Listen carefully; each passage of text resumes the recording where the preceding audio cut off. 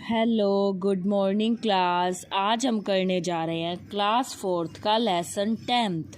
Half lesson तो बेटा मैं रीड करवा ही चुकी हूँ, तो बाकी का लेसन आप देखिए मैंने बताया था ना कि अब तक क्या हो रखा था कि स्वर्गलोक पर हड़ताल हो रखी थी और लास्ट में नारायण किसके पास पहुँच गए थे? त्रिदेव के पास, मीन्स तीनों देवताओं के पास। और वहाँ उनकी क्या क्या बात होती है आप वो देखिए बेटा। देखिए, विष्णु उदासी से, विष्णु जी ने क्या कहा उन्हें उदासी से? बस करो नारद, मेरा कमल आज पृथ्वी पर मुरझा रहा है, कुम्हला रहा है। मीन्स सब अपना अपना रीज़न बता रहे थे ना। जैसे कृष्ण जी ने तो कहा मेरी गाय को बिल्कुल भी ठीक से नहीं रखते पृथ्वी के लोग, वो प्लास्टिक खाती हैं। और गणेश जी भी नाराज़ थे कि मुझे लंबोदर कहते हैं, मुझे अपना वो नाम पसंद नहीं है। माँ दुर्गा ने भी कहा कि मेरे शेरों की देखभाल नहीं की जा रही पृथ्वी पे। इसी तरीके से जो विष्णु जी थे उन्होंने अपना क्या रीज़न बताया था? उन्होंने कहा कि मेरे कमल जो है आज पृथ्वी पर मुरझा रहे हैं, मीन्स मेरे कमल का भी कोई ध्यान नहीं रखता। नारद ने कहा कमल भला कैसे मुरझाएगा, वह तो खिलता ही है कीचड़ में, कीचड़ की भला पृथ्वी पर क्या कमी। अब नारद ने तो सही कहा, उन्होंने कहा कि कमल तो कीचड़ में उगता है और कीचड़ तो पृथ्वी पर बहुत ज़्यादा है। विष्णु जी ने कहा यही तो रोना है, मनुष्य फैक्ट्रियों के रासायनिक पदार्थों को पानी में छोड़कर जल और मिट्टी सभी को प्रदूषित कर रहा है। अब तो कीचड़ भी प्रदूषित हो रहा है। उन्होंने कहा कि जो मेरा फूल है कमल का फूल, वो भी तो कीचड़ में उगता है और आजकल तो लोग कीचड़ को भी खराब कर रहे हैं, जो पृथ्वी के लोग हैं। नारद ने कहा पर प्रभु आप तो सृष्टि के रचयिता हैं, मीन्स सृष्टि को रचने वाले, जिन्होंने संसार बनाया है। नारद उनको कहते हैं आप तो सृष्टि के रचयिता हैं, आप भी। ब्रह्मा जी ने कहा मैं तो क्या, मेरे अन्य सभी साथी ईसा मसीह, गुरु नानक आदि मनुष्य की मानसिकता को लेकर क्षुब्ध हैं।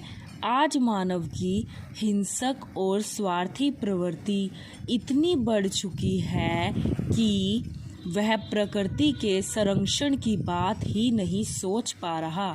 उन्होंने क्या कहा कि जो पृथ्वी पर लोग हैं ना, वो स्वार्थी हो गए हैं, वो सिर्फ और सिर्फ अपने बारे में सोचते हैं और किसी चीज़ के बारे में वो सोचते ही नहीं हैं। नारद पर प्रभु क्या हड़ताल में जाने के अलावा कोई और उपाय नहीं है? उन्होंने कहा क्या हड़ताल ही करनी ज़रूरी है, क्या कोई और उपाय नहीं है?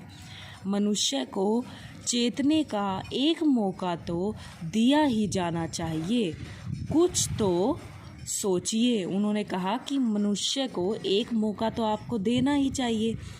ब्रह्मा, विष्णु और महेश सोचने लगते हैं, वो नारद की बात को सोचते हैं कि नारद क्या कह रहा है। नारद शिव से, अब नारद जी की शिव जी से बात होती है, वो शिव जी से क्या कहते हैं, प्रभु आप ही कुछ कीजिए।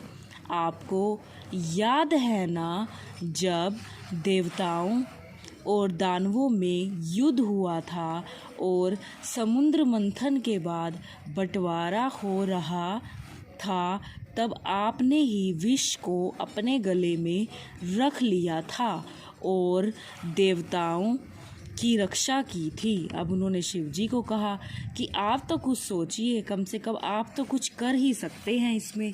आगे देखिए बेटा, महेश ने क्या कहा, मुझे तो एक ही उपाय समझ में आ रहा है। धरती पर चारों ओर प्रदूषण का जहर फैला हुआ है। मनुष्य यदि खूब सारे पेड़ लगाए तो पेड़ जहरीले वातावरण का सारा जहर खुद ही पी लेंगे। अब उन्होंने बहुत अच्छी बात बताई। उन्होंने कहा कि हमें ज़्यादा से ज़्यादा पृथ्वी पर क्या लगाना चाहिए, पेड़ लगाने चाहिए, जिससे प्रदूषण अपने आप ही कम हो जाएगा और फिर से स्वच्छ प्राण देने वाली हवा दे देंगे। उन्होंने सही कहा, अगर पेड़ होंगे तो वो अच्छी अच्छी हवा भी देंगे। मनुष्य यदि पृथ्वी का आंचल हरे भरे वृक्षों से भर दे तो उसके सारे कष्ट दूर हो जाएंगे और हमारी शिकायतें भी। तब वन्य प्राणी भी सुरक्षित रहेंगे और वातावरण भी। हमें पता है ना कि हमें दोनों चीज़ों में बैलेंस बनवाना चाहिए। आजकल इतनी बीमारियां क्यों हो रही हैं? क्योंकि लोगों ने ट्रीज़ ही लगाने कम कर दिए हैं। तो शिव जी यही बोलते हैं कि अगर वो ज़्यादा से ज़्यादा ट्रीज़ लगाएंगे तो जो वातावरण है, जो हमारा एटमॉस्फेयर है, वो कैसा हो जाएगा? बिल्कुल साफ़ सुथरा हो जाएगा। नारद: नारायण नारायण, खूब कही प्रभु, आप तो वृक्षों को ही शिव का प्रतीक बना दिया, जो जहर पीकर अमृत दे देते हैं। वैसे बात तो ठीक है कि देखो वो प्रदूषण को कम करते हैं, एक तरीके से हमारे को बीमारियों से बचाते हैं, तो वो अमृत का ही काम करते हैं। नारायण नारायण। अब आप सब निश्चित होकर अपनी हड़ताल खत्म कर सकते हैं। पृथ्वी को हरा भरा बनाने की जिम्मेदारी अब नई पीढ़ी उठाएगी। मैं अभी पृथ्वी पर आपका संदेशा लेकर जाता हूँ। नारायण नारायण। यह कहकर नारद पृथ्वी की ओर चले जाते हैं, क्योंकि अब उन्हें सल्यूशन मिल गया होता है। तो देखो इससे हमें क्या शिक्षा मिलती है कि हमारी जो पृथ्वी इतनी सुंदर है, हमें उसको ख़राब बिल्कुल भी नहीं करना चाहिए। हमें अच्छे अच्छे वहाँ पर पेड़ पौधे लगाने चाहिए, जिससे कि वातावरण क्या होगा? स्वच्छ होगा और चारों तरफ क्या होगी? अच्छी अच्छी हवा चलेगी, जिससे हम बीमारियों से बचे रहेंगे। तो अब देखिए बेटा इसकी बैक एक्सरसाइज।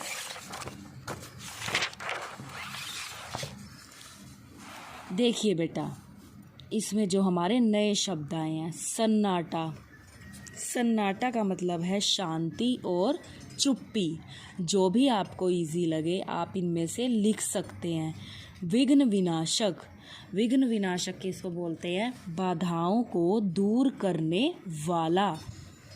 नेक्स्ट देखिए बेटा, निवारण। निवारण का मतलब होता है दूर करना। मुद्दा। मुद्दे का मतलब हमारा होता है विषय। आपत्ति। आपत्ति का मतलब हमारा होता है ऐतराज। उदर।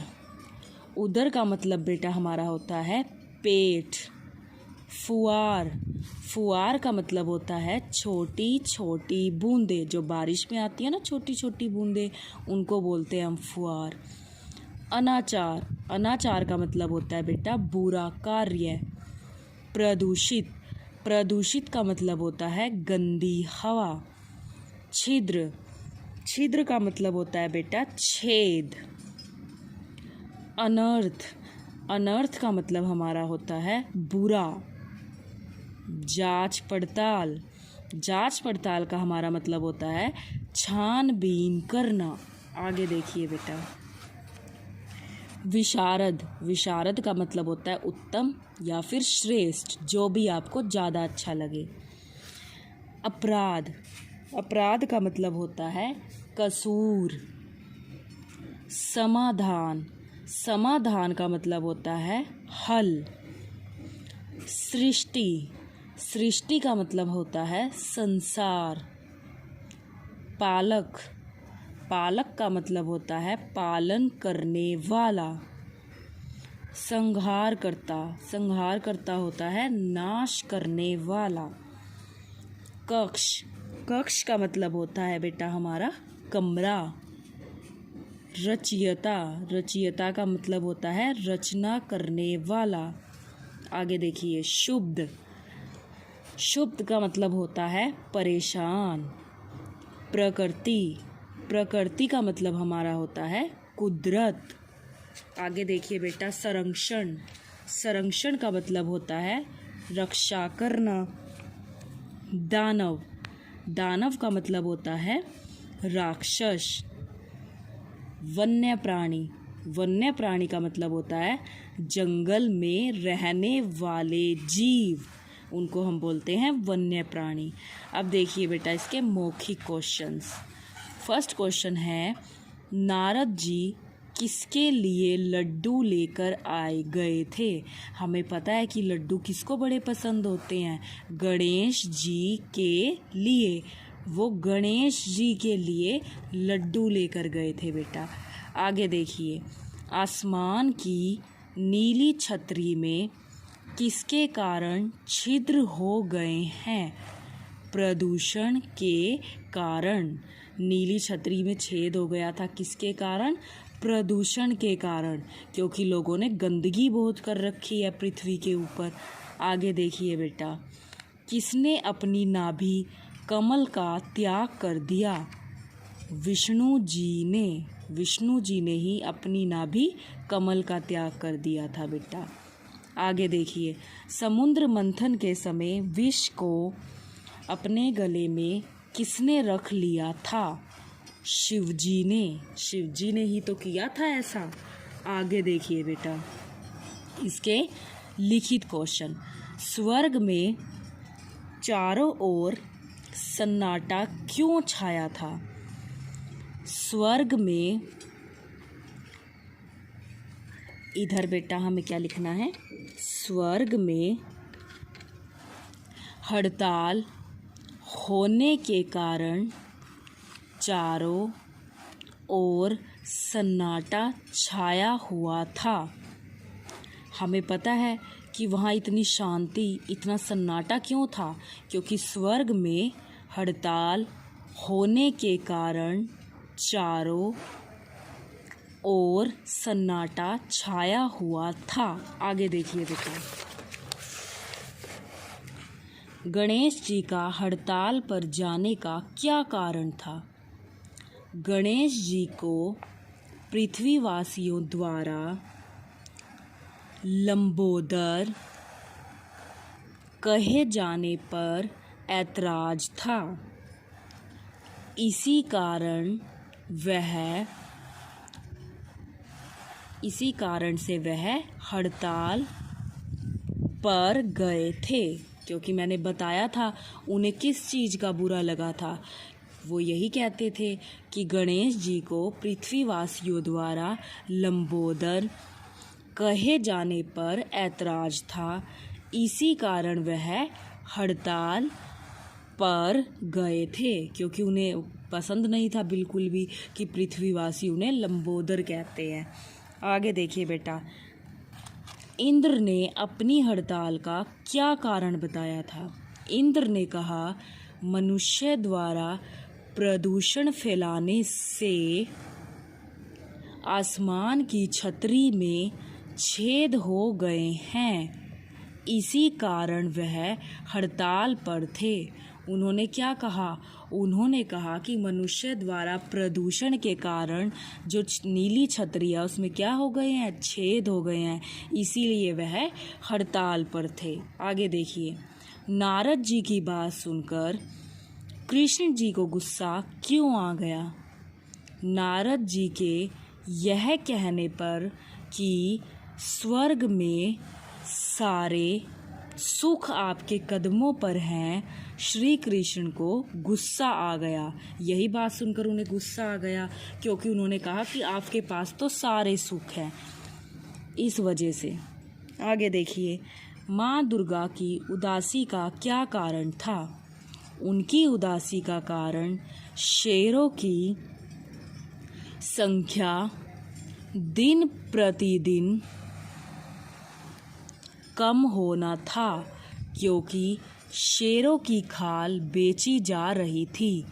दुर्गा माता को इसीलिए गुस्सा आ रहा था और वो उदास थी, क्योंकि शेरों की संख्या कम होती जा रही थी और शेरों की खाल को बेचा जा रहा था। आगे देखिए बेटा, महेश जी ने मनुष्य के कष्टों को दूर करने का क्या उपाय बताया? महेश जी ने कहा कि मनुष्य यदि पृथ्वी का आंचल हरे भरे वृक्षों से भर दे तो उसके सारे कष्ट दूर हो जाएंगे। अब महेश जी ने यही तो कहा था कि अगर मनुष्य यदि पृथ्वी का आंचल हरे भरे वृक्षों से भर दे तो उसके सारे कष्ट दूर हो जाएंगे। आगे देखिए बेटा, नीचे दिए गए वाक्यों में सही समुच्चय बोधक चुनकर लिखिए। अब बात यह है कि हम समुच्चय बोधक बोलते किसे हैं? जो शब्द वाक्यों अथवा दो शब्दों को जोड़ते हैं उन्हें क्या बोलते हैं? समुच्चय बोधक। जैसे किंतु हो गया, परंतु हो गया, और हो गया, वो हमारे होते हैं समुच्चय बोधक। और इसमें हमें समुच्चय बोधक ही फिल करने हैं। ऊपर क्लू भी दिए हैं, इसलिए, लेकिन, और तो। देखिए, ब्रह्मा, विष्णु और महेश चुपचाप बैठे हैं। अगला देखिए बेटा, मनुष्य यदि पृथ्वी का आंचल हरे भरे वृक्षों से भर दे तो उसके सारे कष्ट दूर हो जाएंगे। अगला देखिए, मैं नहीं कहलाना चाहता लंबोदर, इसलिए मैं हड़ताल पर हूँ। आगे देखिए, आपका कहना एकदम ठीक है, लेकिन इस समस्या का समाधान तो ढूंढना ही होगा। इस तरीके से हम इसमें समुच्चय बोधक बेटा फील कर सकते हैं। आगे देखिए,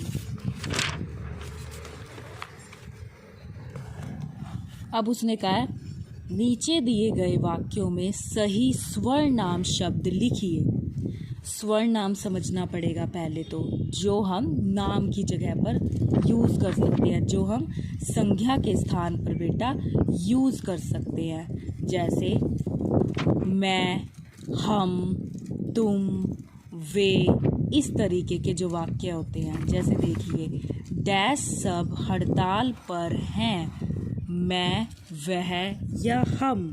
इसमें से क्या आना चाहिए? सही स्वर्नाम आएगा हम सब हड़ताल पर हैं। क्या डैश पास हृदय नहीं है? उस, हम या फिर हमारे। इसमें सही स्वर्नाम अगर हम ढूंढे तो हमारे आएगा।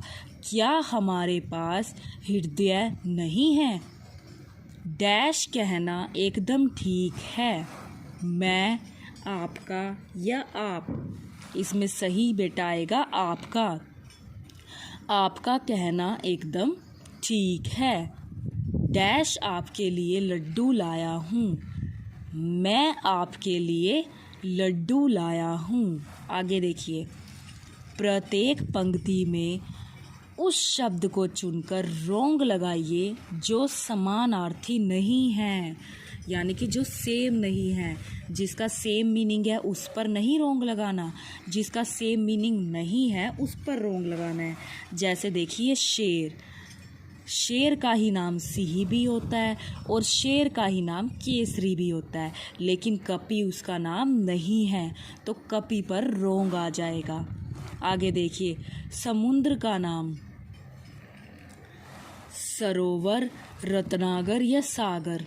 सागर और रत्नागर तो उसी के नाम है, तो इसमें क्या आएगा? सरोवर उसका नाम नहीं है, तो रोंग आ जाएगा। पृथ्वी, पृथ्वी जमीन, गगन या फिर धरा। गगन सबसे अलग है, तो गगन पे क्या आ जाएगा? रोंग। गणेश, प्रजापति, गणपति या फिर एक दंत। एक दंत और गणपति तो दोनों ही गणेश जी के नाम है, अलग कौन सा है? प्रजापति, तो उस पर रोंग आ जाएगा। आगे देखिए, महादेव का नाम शिव, माधव या पशुपति। माधव उसका नाम नहीं है, महादेव जी का नाम माधव नहीं है, तो इस पर रोंग आ जाएगा। आगे देखिए, दिए गए शब्दों के लिंग बदलने हैं। जैसे कि देवी दे रखा है, देवी का लिंग क्या हो जाएगा? देवता। गाय का बैल। अब शेर दे रखा है, शेर का बेटा हमारा हो जाएगा शेरनी। इसी तरीके से रानी का क्या हो जाएगा? राजा। बाघ का बाघिन, इंद्र का इंद्राणी। आगे देखिए बेटा, नीचे दिए गए वाक्यों में शब्दों का क्रम ठीक करके लिखिए। अलग मुद्दा है मेरा अपना। अब ये लाइन सही नहीं है, अगर मैं इसे सही करके लिखती तो ये मेरा होता मेरा अपना अलग मुद्दा है। आगे देखिए, अत्यंत उदार है आपका हृदय, जबकि सही क्या आना चाहिए था, आपका हृदय अत्यंत उदार है। आगे देखिए बेटा, खाल शेरों की जा रही है बेची, जबकि सही क्या होगा, शेरों की खाल बेची जा रही है। आगे देखिए बेटा, मानव ने हद कर तो बस दी है, जबकि अगर मैं इसे सही लिखूं तो ये मेरा बनेगा मानव ने तो बस हद कर दी है। आगे देखिए, नीचे दिए गए शब्दों के विलोम शब्द वर्ग पहेली में से ढूंढकर निकालिए। आपको इसमें जो वर्ड बनते हैं पहले उनको बना लीजिएगा और फिर इसमें से उसके विलोम ढूंढ दीजिएगा। जैसे स्वर्ग का विलोम मतलब स्वर्ग का उल्टा क्या हो जाएगा, नर्क। राजा रंक, प्रिय अप्रिय, अनाचार आचार, देवता दानव, अमृत विष, उदार अनुदार, शांति अशांति। आगे देखिए बेटा, आगे उसने कहा है पृथ्वी को सुरक्षित रखने के लिए आप क्या क्या कर सकते हैं, 5 वाक्यों में लिखिए। जैसे हम क्या कर सकते हैं, फर्स्ट तो यही है कि अधिक से अधिक पेड़ लगाएं, ज़्यादा से ज़्यादा पेड़ लगा सकते हैं। नंबर 2, पशु पक्षियों का शिकार नहीं करेंगे, पशु पक्षियों का शिकार नहीं करना चाहिए क्योंकि उनका भी तो अपना एक वर्ल्ड होता है, उनको उनके वर्ल्ड में रहने देना चाहिए हमको। नंबर 3, पेड़ पौधों को नहीं काटेंगे, पेड़ पौधों को बिल्कुल भी नहीं काटना चाहिए। प्लास्टिक का प्रयोग नहीं करेंगे, प्लास्टिक का प्रयोग हमको बिल्कुल नहीं करना चाहिए। आगे लोगों को जागरूक करेंगे, लोगों को समझाएंगे कि हमें प्रदूषण नहीं फैलाना चाहिए, फैलाना बिल्कुल भी नहीं चाहिए, जिससे हमारी पृथ्वी क्या है, खराब होती है।